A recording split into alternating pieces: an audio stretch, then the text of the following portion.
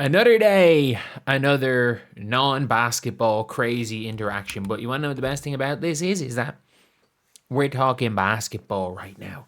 We're back to talking basketball, even if it is talking about the layup Angel Reese blew off a Caitlin Clark pass. She got herself into position. She got herself into position to get it. At the end of the day, it's not the biggest deal in the world. But this three, it is very, very clear that from the two games they played, that Caitlin Paige and Angel as a three, really good. Really, really good. Like, genuinely, really, really good. Like, it is very clear when the three of them play together. They are very, very clearly the best three players on this team. Well, not the best three, the best lineup. But they are they're all gonna make the World Cup team. I don't know about the Olympics, and the only reason I say that about the Olympics is that everyone's gonna play. And look, it might actually just be at the stage where Sarah Strong is just too good to leave at home. And like Sarah Strong, Stewie, Aja, Fee are all going to be there. And it's like, how many do they start bringing combo forwards? Do they bring like a Ryan Howard as a small ball forward? Do they bring Chelsea Gray as a small ball forward? Is there a true five that rocks up over the next couple of years that makes it like, I don't know, but she's beyond the World Cup team. But do you want to know what was a great interaction here? They high-fived each other. They high-fived each other like, obviously.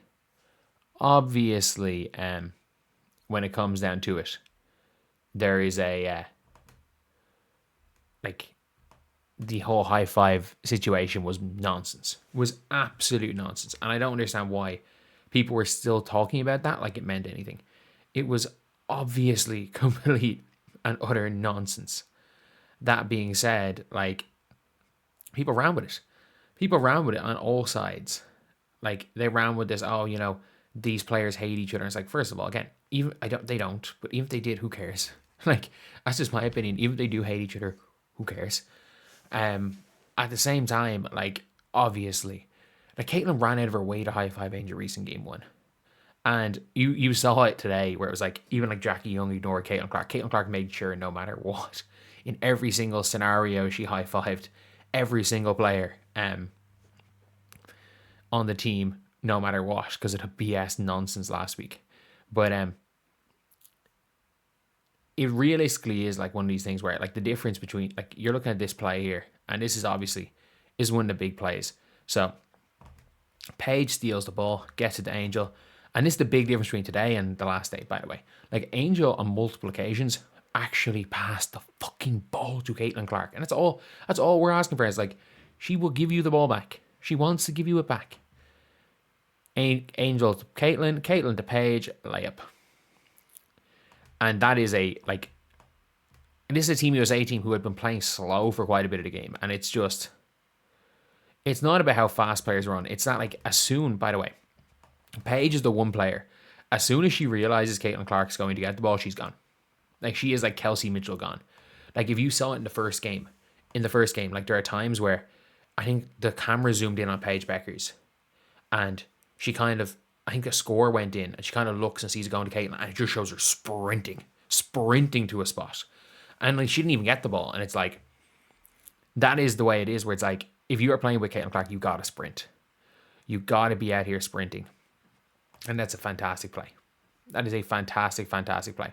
Can't show any more of that play, unfortunately, because if I show any more of that play, I'll get done for copyright. But yeah, that was fantastic. That was absolutely fantastic right there.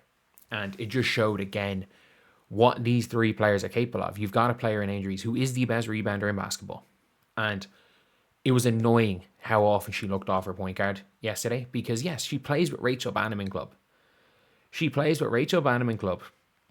And realistically, when she plays with Rachel Banham, she couldn't care less about passing the ball.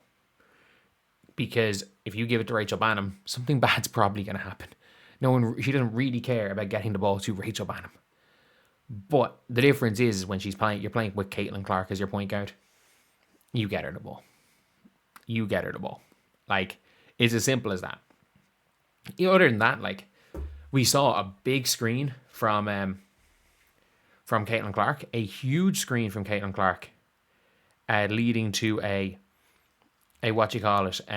sidestep, leading to like the sidestep 3, and a lot of scenarios where you're like, okay, yeah, set a big screen. If you give the ball to Caitlin, set screens, Caitlin will just find you for open layups. Yes, Angel did blow one of those open layups, but she'll find you for open layups. If you're any of these players where it's like, I don't mind. That's one thing with Caitlin's turnovers. I don't care about the turnovers because she generates 9 to 10 minimum wide open looks a game.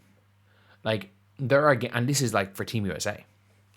She might generate in a WNBA game 23 open looks a game.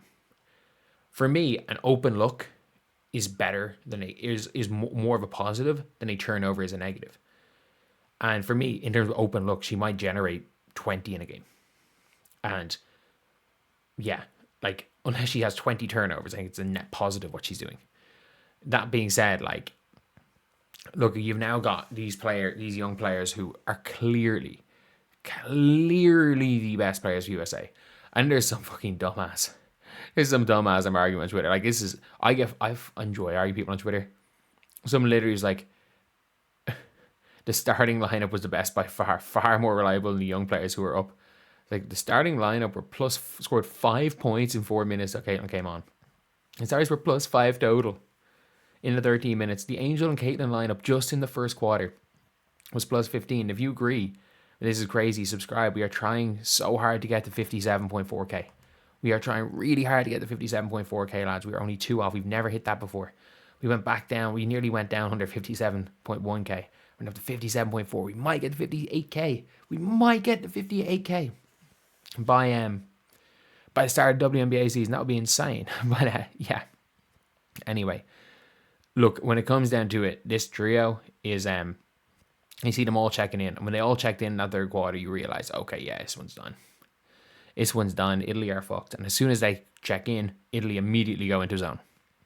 Italy immediately go and sit in a 2-3 zone because they're like, yeah, we're not getting cooked by this young team running. We're not getting cooked. And everyone talking about, the physicality, they need vets. No, they don't. Like, I'm sorry. Like, if in the World Cup, a 32-year-old Stewie is not a vet. Like, these aren't kids. They're all 24 years old. They're not children. LeBron was already played in 2 Olympics and was halfway to his 3rd Olympics by 24 years old. Like, they're 24. Like, LeBron, if I'm not mistaken, was he not 24 years old when he made the decision? I think he might have been 24 when he made the decision. He was the same age as these girls are. These aren't kids. They're not kids. They're entering their prime. And the vets in a lot of scenarios, are past their prime. Because it's not Stewie they're talking about as vets. It's people in their fucking mid-30s. Just because Taurasi was 42 years old. Just, like, I don't understand. People are like, oh yeah, they've no Olympic experience. Who needs Olympic experience when you win every game by 50 points? The only game you need to care about is France, who are kids. Like, France, literally, the vast majority of France's team are under 24 years old. So you have there is no scenario where it makes any difference. The reason why people talk about experience is it's realistically we want to just bring our mates. We want to bring our friends who you've had it for years. But no, bring the kids. For lack of a better word, kids. Bring the players in their primes.